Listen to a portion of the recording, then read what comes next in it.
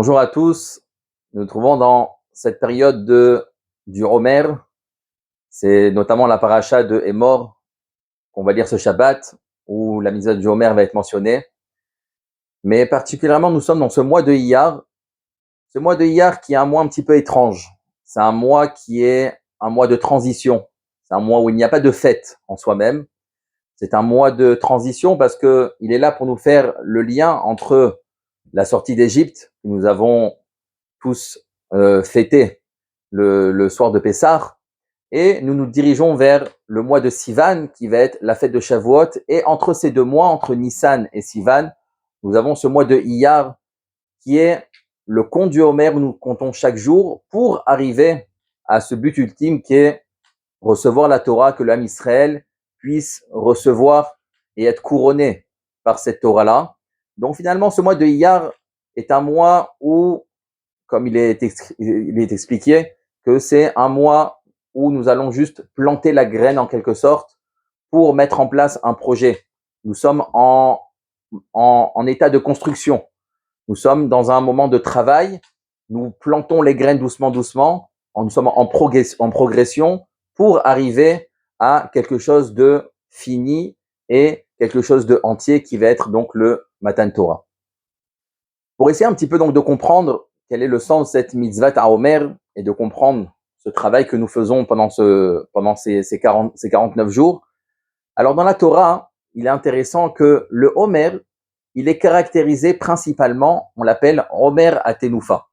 On l'appelle aussi Lechem Atenufa. Ça veut dire que le Homer, si on résume, c'est une farine qui est faite à base d'orge et nous prenons une petite quantité, c'est-à-dire une farine qui est contenue par les 3 doigts du milieu de la main.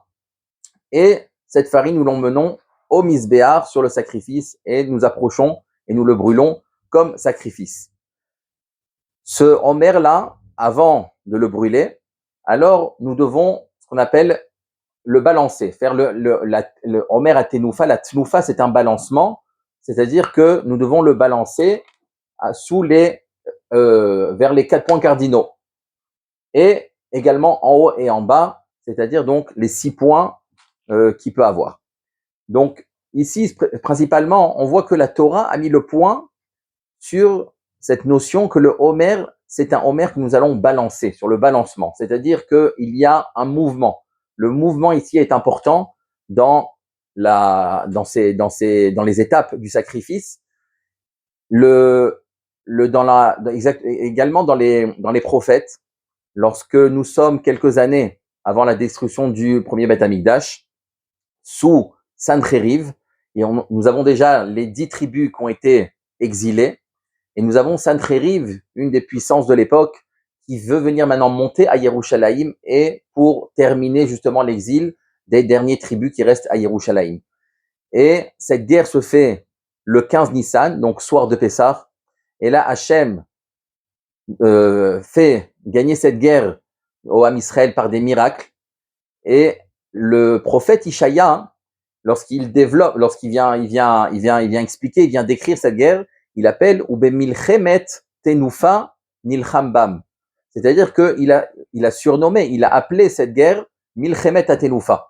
Pourquoi? Parce que c'était veille du jour où on doit amener le sacrifice du Homer, et par le mérite de ce Homer, Hachem a fait un miracle et a fait gagner la guerre. Encore une fois, on voit que principalement Milchemet Atenufa, c'est une guerre que Israël a gagnée et qui a été appelée sur la guerre du mouvement, au nom justement du Homer.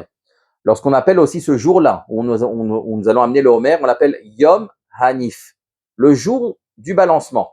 Donc on voit que à tous les niveaux, au niveau de la Torah, au niveau des prophètes, au niveau de nos sages, tout le monde a voulu caractériser ce sacrifice du Homer par la Tnoufa, par le mouvement.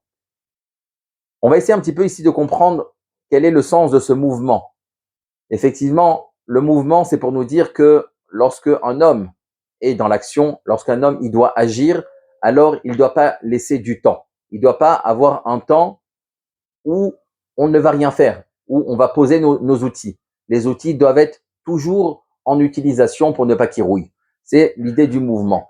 Et nous l'avons lu il y a quelque temps lorsqu'on dit que nous devons amener des matzot. Il y a marqué « Ushmartem et matzot ». Nous devons garder les matzot.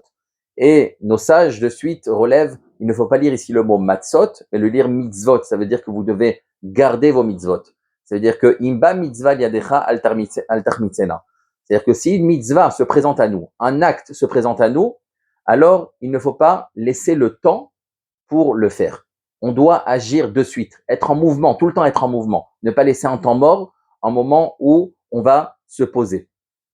Donc, il faut comprendre un petit peu ici peut-être cette notion du temps. Quelle est la notion du temps dans la Torah? Pourquoi ne pas laisser du temps pour faire les choses? On aurait dit bien au contraire, quelqu'un qui est posé, quelqu'un qui est réfléchi, alors il prend son temps. Il réfléchit auparavant, il pose le pour, le contre.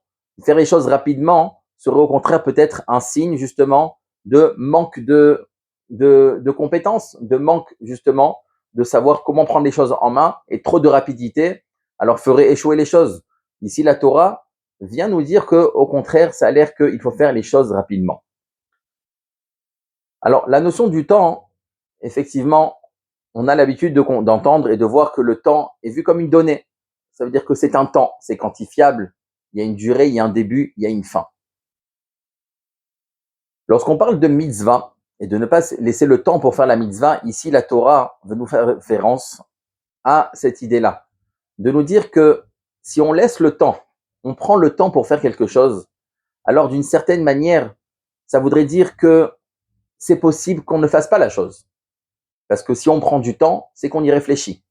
Et si on y réfléchit, c'est qu'il y a une possibilité peut-être que la chose ne se fasse pas.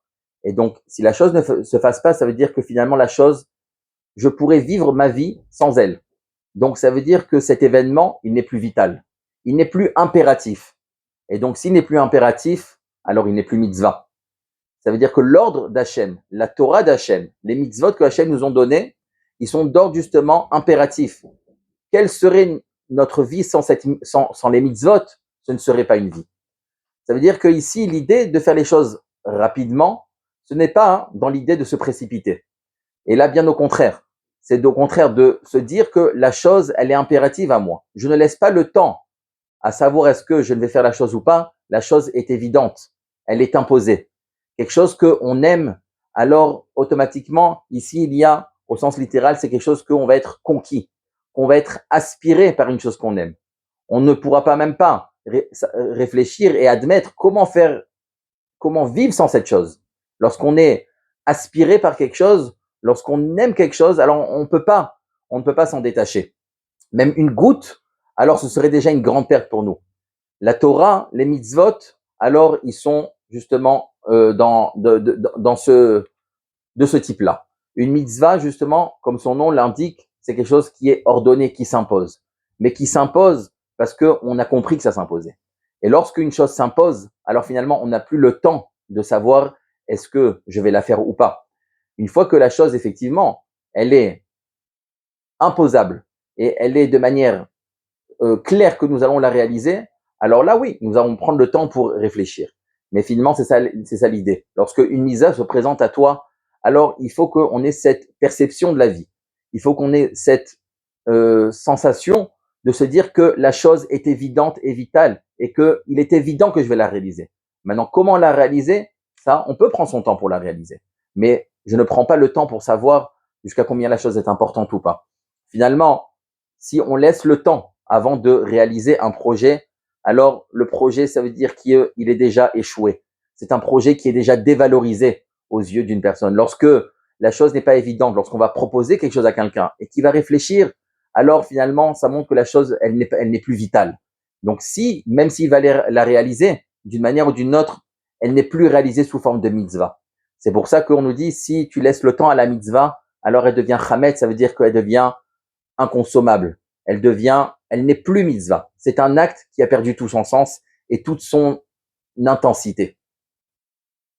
Donc, de cette manière, effectivement, le mois de Iyar, alors, c'est ce mois de passage. C'est un mois où, si nous voulons aller jusqu'à notre but, de recevoir la Torah, c'est de comprendre que on ne peut pas laisser le temps aux choses.